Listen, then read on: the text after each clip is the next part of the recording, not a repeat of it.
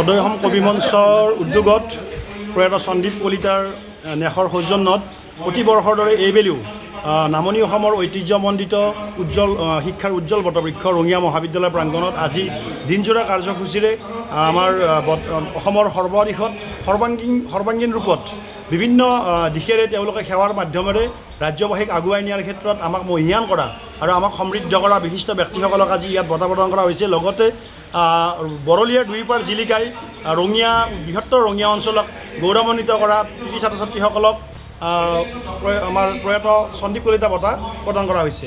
আৰু এই কাৰ্যসূচীৰ উপৰিও আমাৰ বিগত 2021 চনৰ পৰা যি প্ৰকাশিত প্ৰজ্ঞাৰ সন্ধানত আলোচনী, সেই আলোচনীখন আজি ৰাজ্যসভাৰ প্ৰাক্তন সাংসদ স্বনামধন্য আমাৰ ৰাষ্ট্ৰীয় নেতা প্ৰাক্তন সাংসদ ভুৱনেশ্বৰ কলিতা ডাঙৰীয়াৰ জৰিয়তে এই স্মৃতিগ্ৰন্থখন উন্মোচন কৰা হ'ব। ইতিমধ্যে বিশিষ্ট চিকিৎসক ডক্টৰ নৱকুমাৰ ডেকা, ডক্টৰ হিতেন্দ্ৰনাথ কলিতা, গুৱাহাটী বিশ্ববিদ্যালয়ৰ বাণিজ্য বিভাগৰ মুৰব্বী অধ্যাপক ডক্টৰ প্ৰশান্ত কুমাৰ শৰ্মা, ৰঙিয়া সমজিলা আৰক্ষী অধীক্ষক সন্মানীয় বিশ্বজিৎ ডেকা ডাঙৰীয়াকে ধৰি আমাৰ বিশিষ্ট ব্যক্তিসকলক আজি ইয়াত সন্মানিত কৰা হৈছে।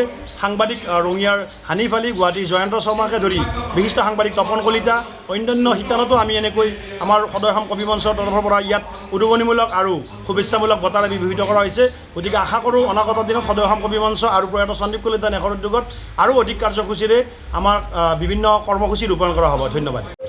হয়, আজি সদয় অসম কবি মঞ্চৰ উদ্যোগত আৰু প্ৰয়াত সন্দীপ কলিতা নেশৰ সহযোগত 2026 বৰ্ষৰ সদয় অসম কবি মঞ্চৰ বাৰ্ষিক বঁটা প্ৰদান আৰু প্ৰয়াত সন্দীপ কলিতা মেধা বঁটা প্ৰদান অনুষ্ঠানটো অনুষ্ঠিত কৰা হয়।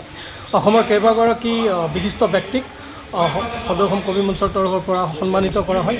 তাৰ ভিতৰত তপন চন্দ্ৰ কলিতা জ্যেষ্ঠ সাংবাদিক, তেখেতলৈ প্ৰজ্ঞাৰত্ন বঁটা, ৰঙিয়া সমজিলা আৰক্ষী অধীক্ষক বিশ্বজিৎ ডেকালৈ সেৱাৰত্ন বঁটা, শ্বহীদ আলী আহমেদলৈ স্বাস্থ্য সেৱাৰত্ন বঁটা আৰু বিশিষ্ট চিকিৎসক ডক্টৰ নৱ ডেকা আৰু ডক্টৰ হিতেন্দ্ৰ কলিতালৈ স্বাস্থ্য সেৱাৰত্ন বঁটা, কুন্তল চক্ৰৱৰ্তীলৈ আন্তঃৰাষ্ট্ৰীয় মেণ্ডলিক বাদক, তেখেতলৈ কলাৰত্ন বঁটা প্ৰদান কৰা হৈছে। লগতে 6গৰাকী শিক্ষাৰ্থীলৈ প্ৰয়াত সন্দীপ কলিতা নেশৰ তৰফৰ পৰা সন্দীপ কলিতা মেধা বঁটা প্ৰদান কৰা হৈছে। এই বঁটাত প্ৰতি বছৰৰ দৰে 10,000কৈ টকা প্ৰদান কৰিছে প্ৰাক্তন সাংসদ ভুৱনেশ্বৰ কলিতাদেৱে।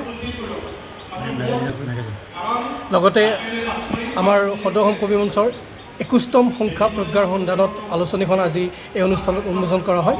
অসমৰ ভিন্ন প্ৰান্তৰ পৰা প্ৰায় 150 শতাধিক কবি আহি এই অনুষ্ঠানত অংশগ্ৰহণ কৰে। লগতে ৰঙিয়া মহাবিদ্যালয়ৰ ছাত্ৰ ছাত্ৰীসকলৰ দ্বাৰা বিভিন্ন সাংস্কৃতিক অনুষ্ঠান পৰিৱেশন কৰা হয়।